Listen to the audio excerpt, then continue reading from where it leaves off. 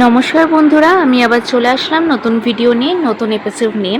আজকের এপিসোড হলো জামাই ষষ্ঠী 2026-এ ডেট ও টাইম কখন, তার থেকে জেনে নেব জামাই আদরে বিশেষ পার্বণ এবার কবে পড়েছে, তার থেকে জেনে নেব জামাই ষষ্ঠীর শুভ সময়, শুভ দিনক্ষণ।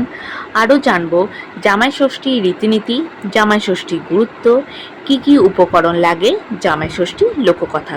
তা চলো বন্ধুরা, আজকের এপিসোডটা তোমরা পুরোটাই শুনে নাও।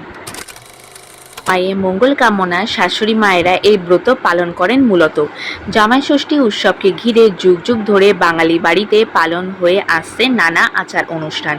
সকাল থেকে উপবাস করে নানা নিয়মের মাধ্যমে এই ব্রত পালন করে শাশুড়িরা। জামাই ষষ্ঠী দিনক্ষণ মূলত জ্যৈষ্ঠ মাসেই হয় এই পার্বণ। এই বছর জামাই ষষ্ঠী পড়েছে আগামী 20 জুন অর্থাৎ 5ই আষাঢ় শনিবার। 19 জুন রাত 10:16 থেকে 20 জুন রাত 8:57 পর্যন্ত থাকবে ষষ্ঠী তিথি। জামাই ষষ্ঠী রীতিনীতি। একদিকে জ্যৈষ্ঠ মাসে চারিদিকে থাকে আম, জাম, কাঁঠাল, লিচুর মতন ফল। সেই সঙ্গে সঙ্গে এই দিন জামাইয়ের পাতে পড়ে রকমারি সুস্বাদু পদ, ধরনের মৌসুমি ফল, মিষ্টি সহযোগে জামাই ভোজের জন্য বিশাল আয়োজন করা হয় এই বিশেষ দিনে।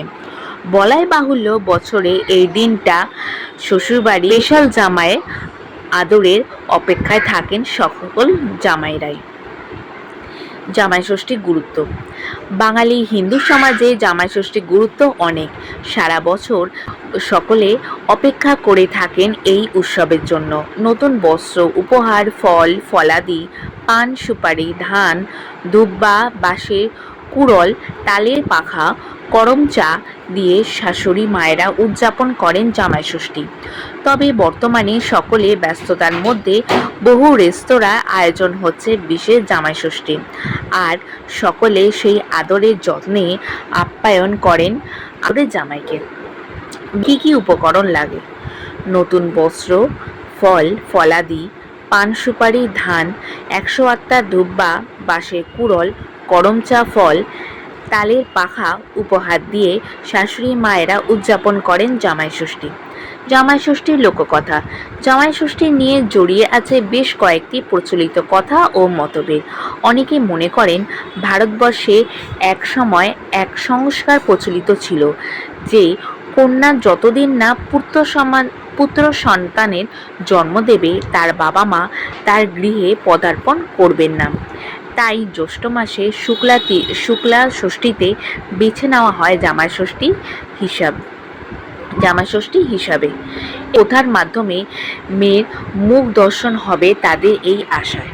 লোকমুখে শোনা যায় আরও একটি কথা, এদিন মা ষষ্ঠীর পুজো করে তাকে খুশি করতেন মেয়ের মারা, যাতে তাদের মেয়ের কোল জুড়ে আসে ফুটফুটে পুত্র সন্তান।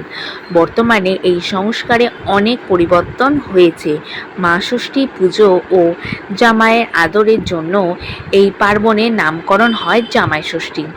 এখন জামাইকে ডেকে সময়ে বিশেষ কিছু নিয়ম পালন ও খাওয়া দাওয়া আনন্দের মাধ্যমে উদযাপন হয় জামাই ষষ্ঠী। তাহলে বন্ধুরা, আজকে এপিসোডটা তাহলে তোমরা পুরোটাই শুনে নিলে। জামাই ষষ্ঠী আর মাত্র হাতে গোনা কয়েকদিন।